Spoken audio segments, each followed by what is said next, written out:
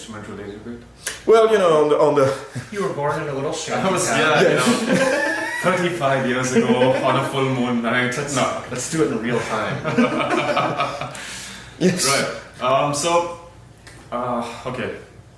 So you're 35. Straight out of college, I'm 35 years old. Straight out of college, I moved into the field of adventure tourism for a while. I was working in Nepal, and I used to take groups of people trekking into the Himalayas, and that was awesome fun. I loved every moment of it, and I think I started thinking about how to earn a living doing that.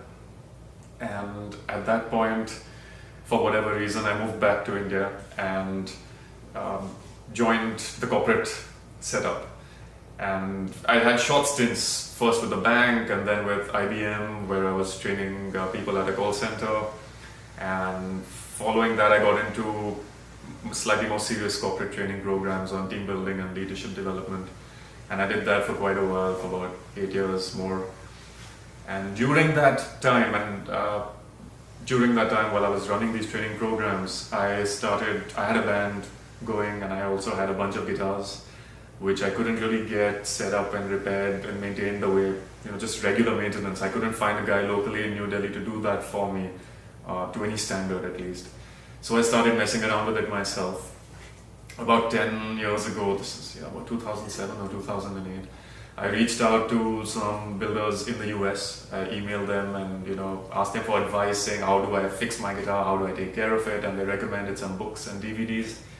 And I discovered the notorious or famous Stu Mac, which has basically been responsible for me being in debt for the last 10 years.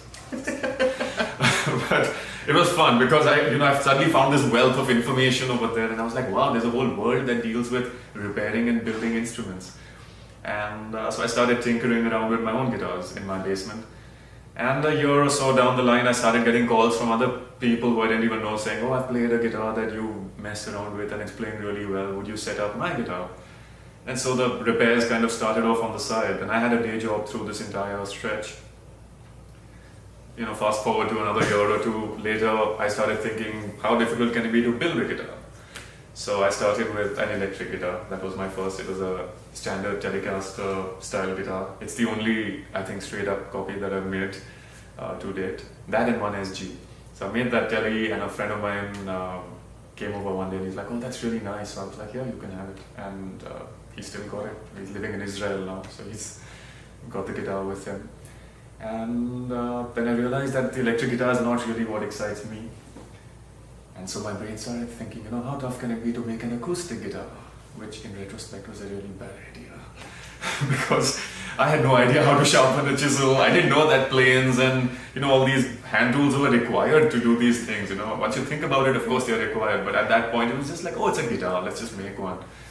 And then all hell broke loose. So I had to literally learn how to sharpen tools, how to figure out what tools are appropriate for building an instrument. I got a DVD set which taught me how to build a guitar-shaped object, and I used that to build my first guitar. And it was alright. It still plays. I mean, it's fairly musical. Not the prettiest thing on the planet, but not quite Frankenstein's monster either. It's like in between, not too bad. And so from there on, it got into, I started getting more and more serious. So now I've got a full library with books and articles and various journals. Eventually, I decided to quit my day job, and I went and studied in Ireland for 3.5 months and learned how to build acoustic guitars.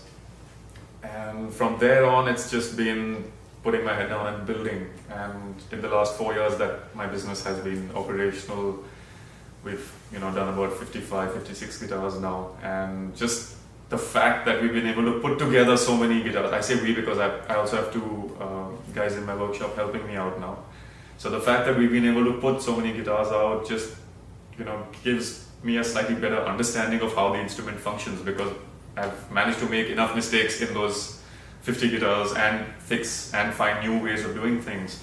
So it's been a really condensed learning experience. And then once I started doing shows, it was amazing because I got to meet people like Jason who are so helpful and supportive and free with information. And more often than not, like at least my experience has been really positive meeting luthiers from all over the world. I have never come across guys who don't want to share information with me. And so it's amazing the community that we have as guitar makers, because today I get stuck with anything and we're on a group on Facebook and it's literally you take 10 seconds, put up a question, in half an hour you've got 30 established builders from around the world all giving their inputs. So it's ridiculous. I mean, how well or how well supported this community is, and no one wants any kind of compensation or credit for anything. They're just like, all right, this worked for me. Here's a product you can try. Here's a tool you can try. Here's a technique you can try. So it's amazing. And the idea is, yes, to reach a stage where I build an amazing guitar, but simultaneously also start giving back wherever possible. So in India now I've got budding guitar makers who reach out to me, and I'm happy to share whatever information I have with them. Because other people have been helping me out, and that's just the way it's going to go. That's my story. It's a very good story. I didn't even fall asleep through it or anything. I think we pretty much paid attention almost the whole time. Almost. We're pretty close.